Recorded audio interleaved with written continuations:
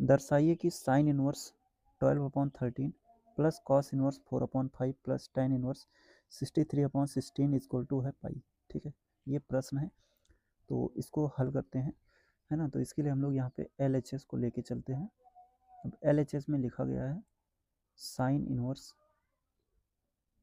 12/13 plus है cos inverse 4/5 plus का है tan इनवर्स 63/16। ठीक है, इतना बराबर पाई लेके आना है। तो अब यहाँ से क्या करते हैं, ये जितने भी पद हैं जैसे साइन और कॉस वाले हैं, इनको हम लोग tan में चेंज कर लेते हैं, है ना, क्योंकि tan में फिर tan इनवर्स x और tan इनवर्स y का फार्मूला लगाना आसान हो जाता है ना। तो इसके लिए यहाँ से हम लेट कर लेते हैं, let sine inverse 12/13 is equal to a। ठीक है, तो यहाँ से हो जाएगा साइन a इक्वल टू 12/13।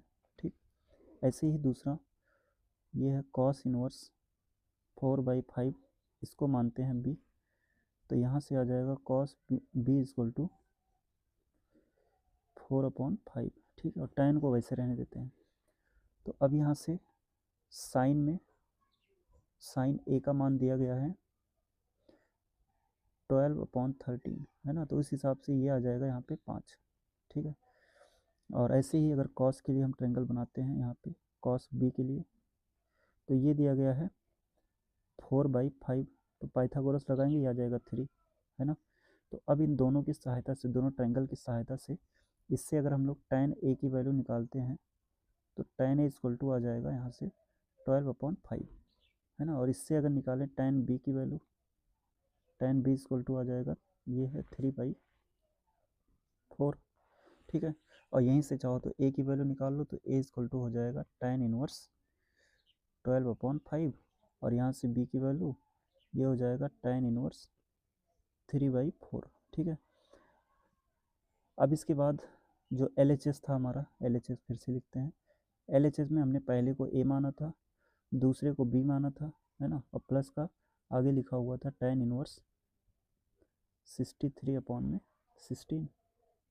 ये देख लो यहाँ पे LHS, है ना, LHS में इसको हमने a मान लिया था, ये b था, और ये tan इनवर्स 63/16 वैसे रहा। ठीक है, अब यहाँ से a की वैल्यू रखा जाए, तो a इक्वल टू आया है tan इनवर्स 12/5 प्लस का b जो है ये निकल के आया tan इनवर्स 3/4, और प्लस का है tan इनवर्स 63/16। ठीक है, अब इसमें फार्मूला अप्लाई करेंगे tan इनवर्स x और tan इनवर्स y का, तो tan inverse x plus tan inverse y का जो फार्मूला होता है ये है tan inverse x plus y upon में 1 माइनस एक्स वाई, है ना, ये tan inverse x plus tan inverse y का फार्मूला है।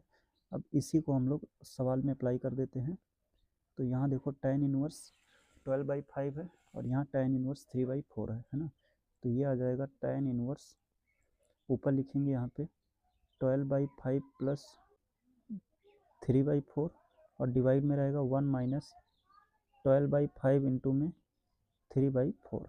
ठीक है, और प्लस का आगे देखेंगे तो tan इनवर्स 63/16 ये लिखा रहेगा। ठीक,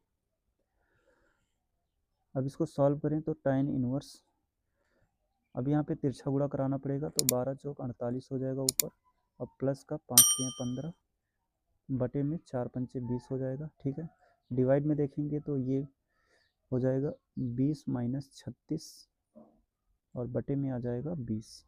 ठीक है, वहाँ भी तिरछा गुणा करा दिए हैं, और प्लस का ये रहा tan इनवर्स 63/16।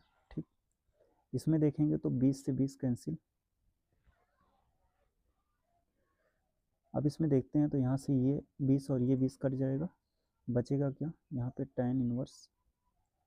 ठीक है, ऊपर इन दोनों को प्लस करेंगे तो ये हो जाएगा 63, और बटे में माइनस का 16। ठीक है, और प्लस का यहाँ tan इनवर्स 63/16। ठीक है,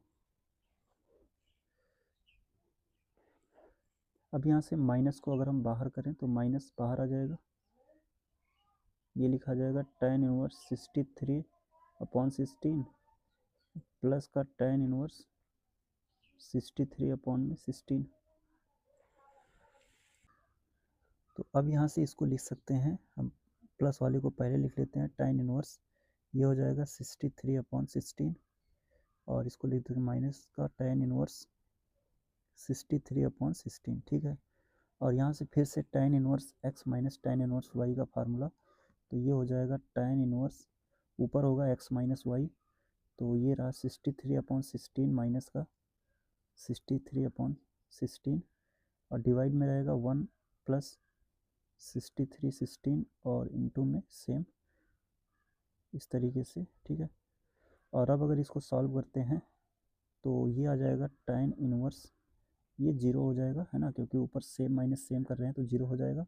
और tan इनवर्स जीरो है ना, ये दो कंडीशन हो यहाँ पे, tan इनवर्स जीरो, ये जीरो पे जीरो होता है। और साथ ही इसको चाहो तो ऐसे भी लिख सकते हो tan इनवर्स और tan पाई, है ना, तो यहाँ से आंसर आ जाएगा पाई, ठीक है। और ये यहाँ पे सिद्ध करना था, ये इसका RHS है।